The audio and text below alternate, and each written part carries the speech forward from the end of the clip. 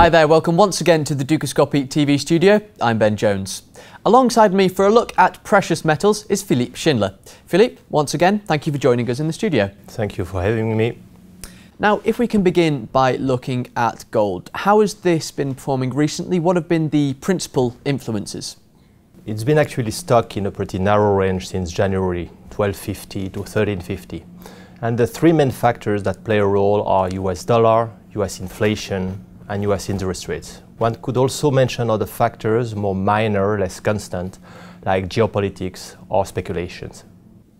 Okay, now, how has it been performing compared to other precious metals? Has it been standing out at all compared to them?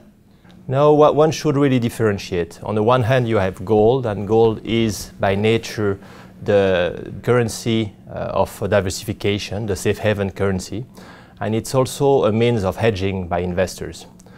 Conversely, other precious metals, and one could mention silver or palladium or platinum, they are more linked to the business cycle and to industrial. And it's also very different when it comes to investing. You have fewer vehicles and narrower markets.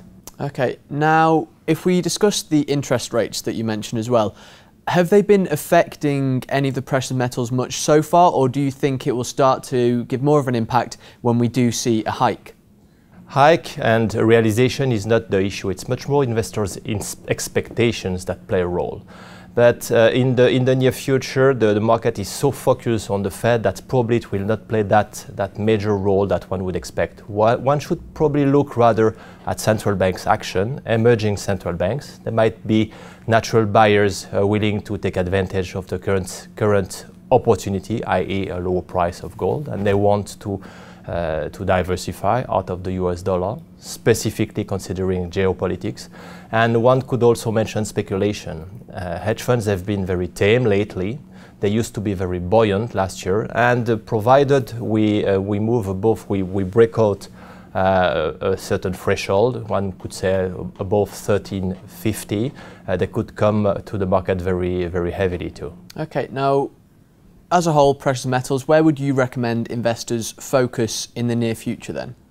They've gained again consideration when it comes to global portfolio. Lately, there is a lower correlation of precious metals, namely gold, with all the risky assets. So it might well become again an investment of choice. So medium to long term, having some gold in portfolio is a good idea. Okay, so what precious metals are seeing the biggest impact from the current geopolitical tensions? We like nickel and palladium. There are risks of supply disruption, and the fundamentals are pretty solid. Philippe, once again, thank you very much for joining us. Thank you. And thank you for watching. Do make sure you keep clicking back to Dukascopy TV, as we'll be bringing you plenty more updates and exclusive interviews. Bye for now.